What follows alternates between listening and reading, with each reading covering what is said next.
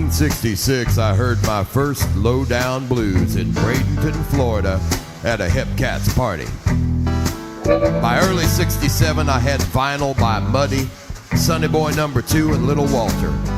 I was circulating around in the black juke joints to dig the sounds. There was the Palms, the Honey Dripper, the Hole in the Wall, Richard Fun Spot, and Paradise 1017 in Bradenton. In Sarasota, it was the Brass Rail, the Manhattan Bar, and the Club Mary, and the Wagon Wheel in Palmetto.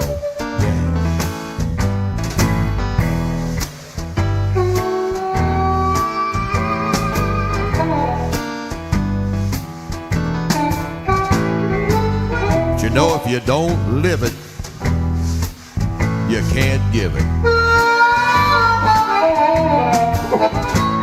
Well, I dug the sound, so I stuck around. I got shot at once in the Palms when the Del Rays were playing. They missed me, but they hit the bass player. Man, I got the hell out of there.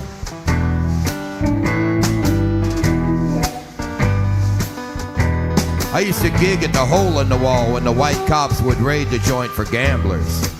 They would tell me, man, you crazy being in here. But the owner, he looked out for me. One night, the cat house upstairs from the Hole caught fire and the whole building went up in 15 minutes.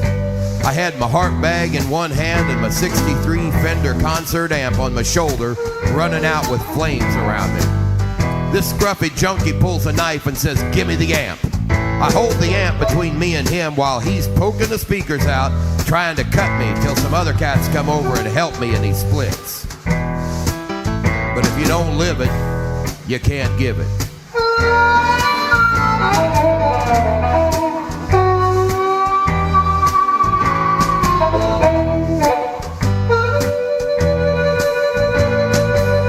One night we played the Wagon Wheel Club in Palmetto and decided to pop some acid while we played.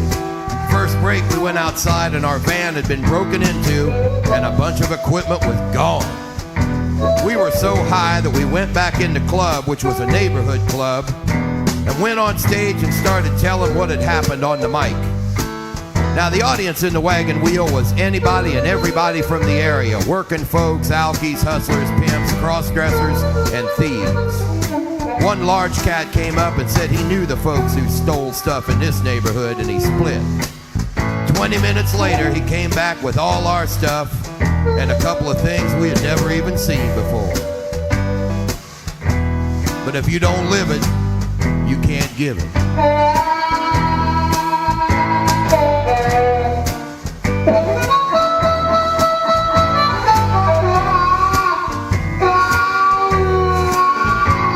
We played a house party one time on the south side of St. Pete, and while we were boogieing, in walked two Zeros with pistols. Stopped the music, made us all lie on the floor, and took all our money and Reefer Plus jewelry. When the cops came, they found a pipe and smelled booze, so they were pissed at us for partying. But the Zeros were eventually caught, are still doing time, I guess. Hey, but if you don't live it, you can't give it.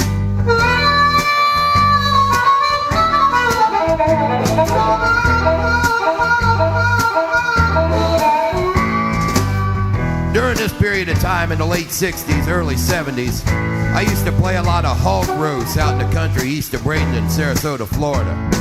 People would hunt wild pigs and roast them in a pit lined with stones in the ground. I was playing at a big-time pig party a ways off Route 64 East in Manatee County one time. About 300, 400 people at this party, and a whole squad of cop cars came to put a stop to it.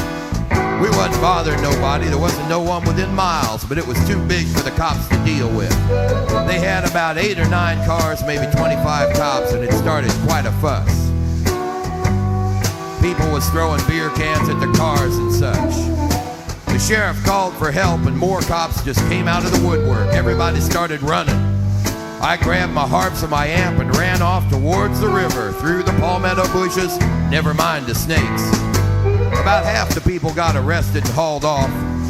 I spent the night with the mosquitoes and snakes in a mangrove swamp, hitched into town with my big-ass Fender amp on my shoulder the next morning. Hey, but if you don't live it, you can't give it.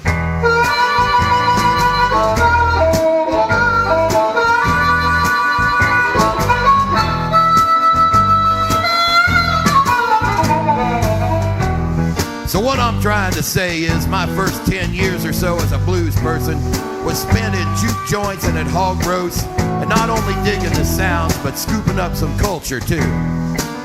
So let's fast forward now to 1993.